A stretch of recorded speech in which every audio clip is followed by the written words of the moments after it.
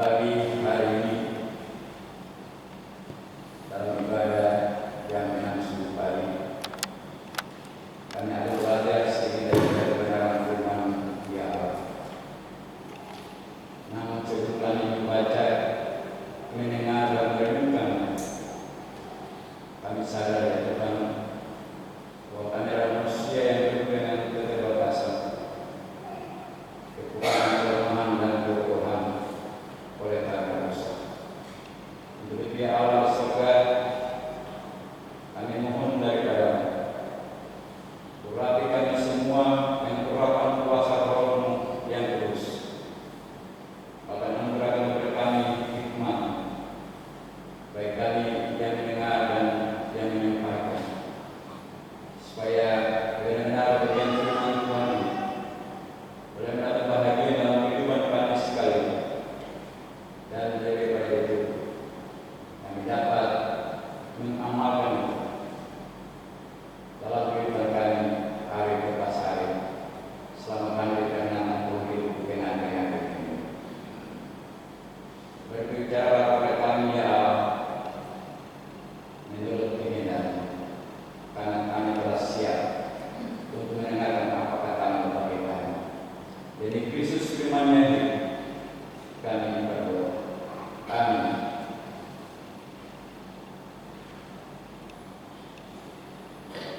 Pada minggu yang pertama bulan yang kelima, tanggal 5 Mei 2024, kita akan sama-sama belajar dari kebenaran firman Tuhan yang terangkat dari kitab Kudus Perjanjian Baru, yaitu surat firman dari Paulus kepada jemaat di Roma pada pasalnya yang ke-6, ayatnya yang pertama hingga ayatnya yang ke-14. Roma pada pasalnya yang ke-6, ayatnya yang pertama hingga ayatnya yang ke-14. Lembaga Alkitab Indonesia memberikan judul Mati dan Bangkit dengan Kristus. Ayat yang pertama itu demikian, apakah yang hendak kita katakan? Bolehkah kita bertekun dalam dosa supaya semakin bertambah kasih karunia itu? Sekali-kali tidak. Bukankah kita telah mati bagi dosa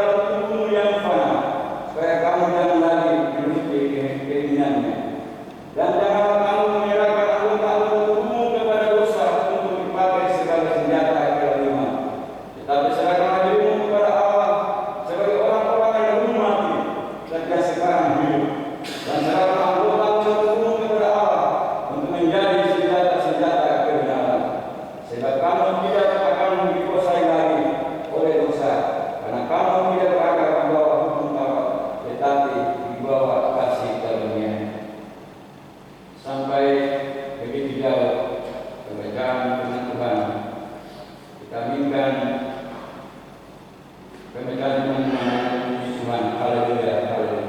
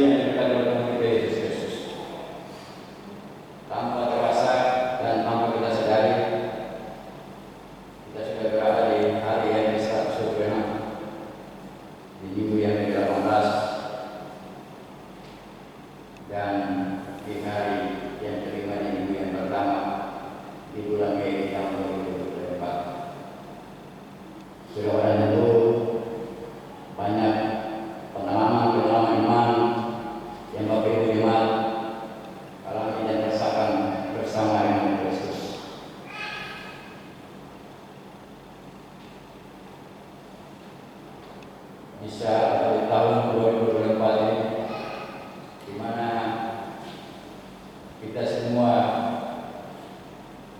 dibawa untuk ada dalam perayaan Yesus menebus dan berkudus membawa pada pokok pemberayaan. Firman Tuhan menandatangani adalah pokok pemberayaan bagi kita semua yang ada dalam gereja Kristen Injili di dalam Papua.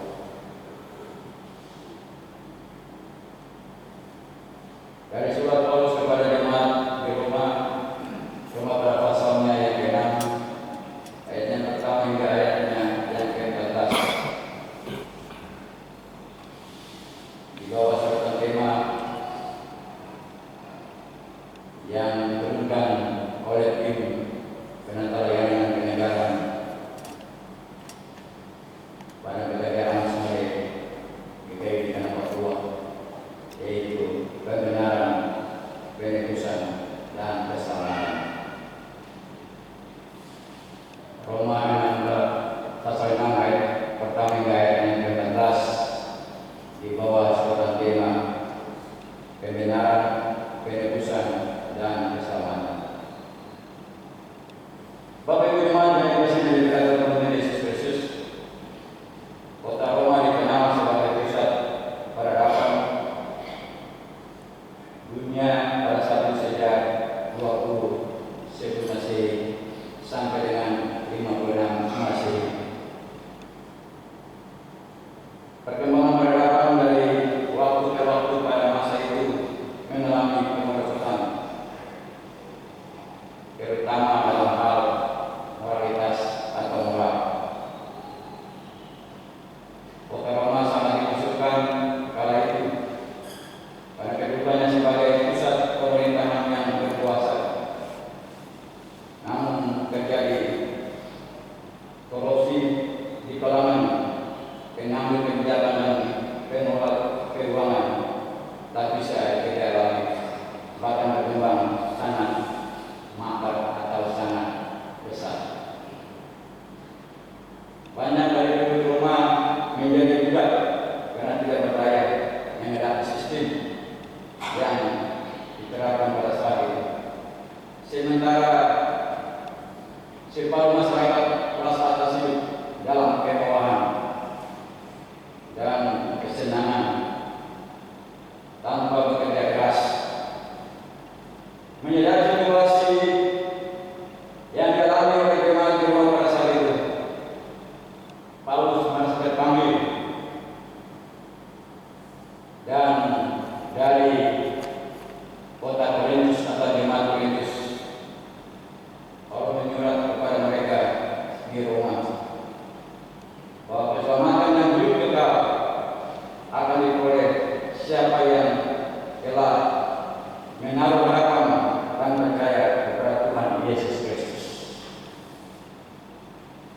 Bapak Ibu jemaat yang dikasihi dan diberkati oleh Tuhan Yesus Kristus.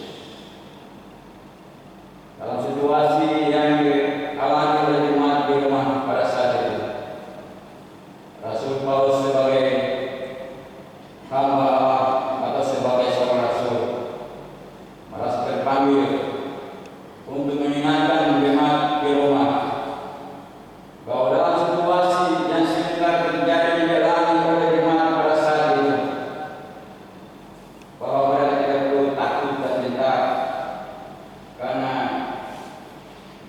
dengan segala hal yang mereka alami pada saat itu, mereka telah memperoleh keselamatan yang telah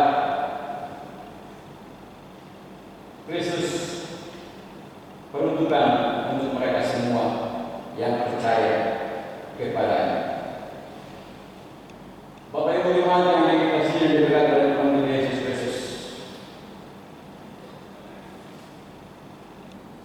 pada masa itu jemaat di rumah dengan situasi yang demikian membuat jemaat tidak berdaya. Mereka menghadapi situasi yang demikian membuat mereka mudah merawan. Namun dalam situasi tidak harapan kepada Kristus, mereka mendapatkan keselamatan karena penebusan Kristus atas kuasa maut. Inilah yang dijelaskan Rasul Paulus kepada jemaat di rumah lewat pembacaan kita di saat di rumah pada pasalnya yang ke-6 ayatnya yang pertama hingga ayatnya yang ke-14, di mana Rasul Paulus menyebutkan iman percaya mereka tentang kuasa kebangkitan Kristus yang telah menebus manusia daripada salah dan dosa dan memberikan kehidupan yang kekal lewat kematian, kebangkitan yang Kristus kerjakan. Bapak Ibu jemaat yang dikasihi dan diberkati oleh Tuhan kita Yesus Kristus, sengsara serta penyaliban Kristus sampai pada kematian dan kebangkitannya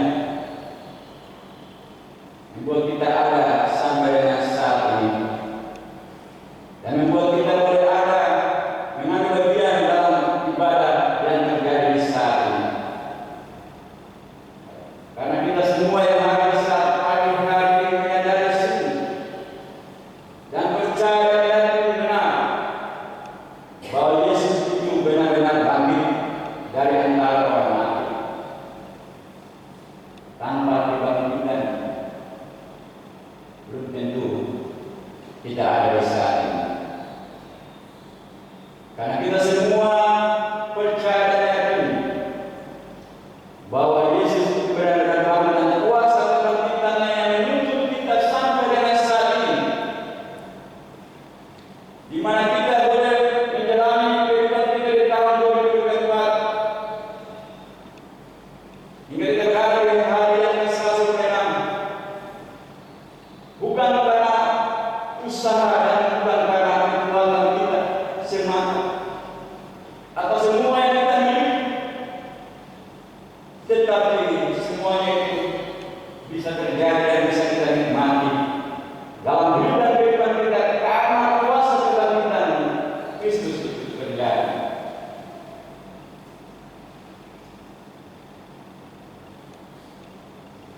Bapak Ibu jemaat yang dikasihi dan diberkati oleh Tuhan kita Yesus Kristus,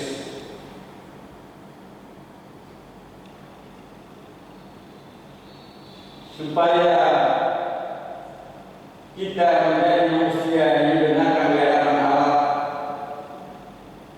dan tidak menjadi budak dosa. Kalau kita semua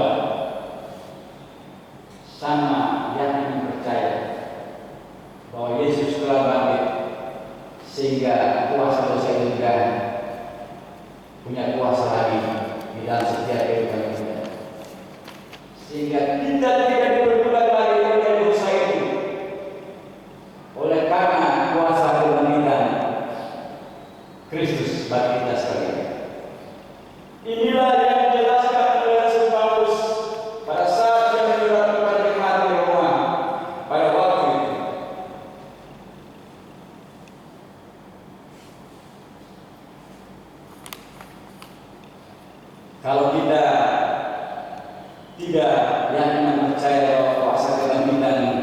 Kristus itu sangat berkuasa.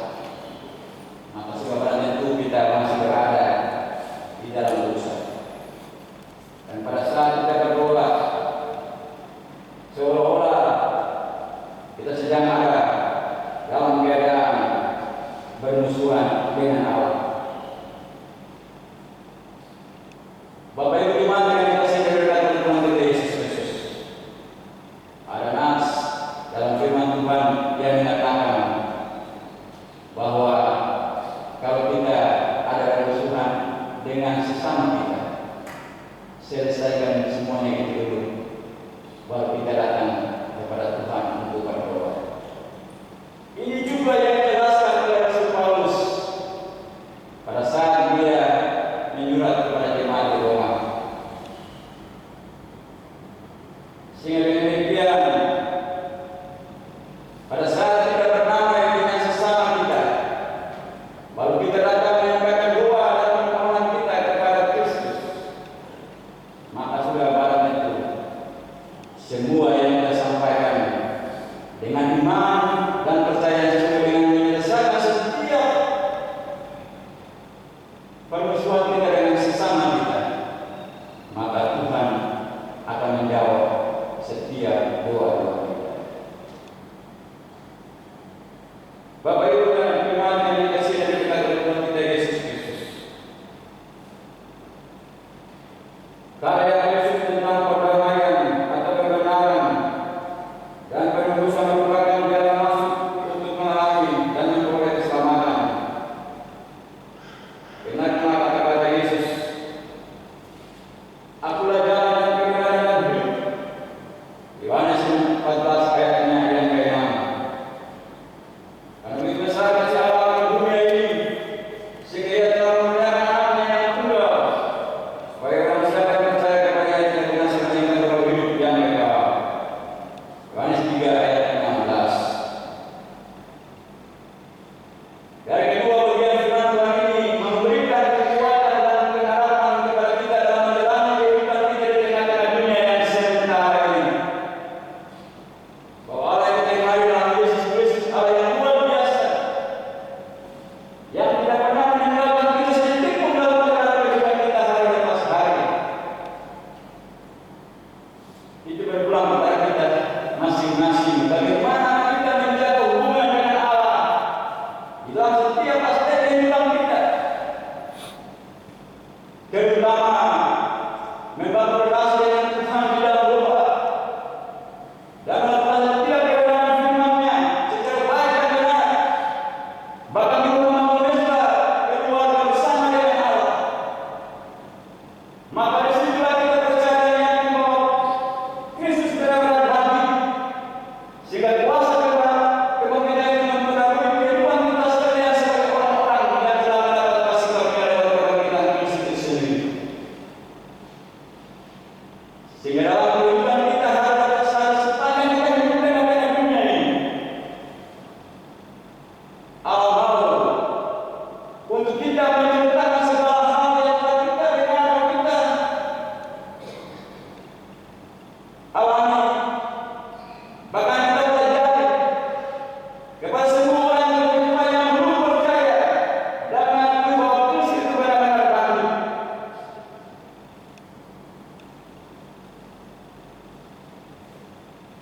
Bapak Ibu jemaat yang dikasihi dan diberkati oleh Tuhan kita Yesus Kristus,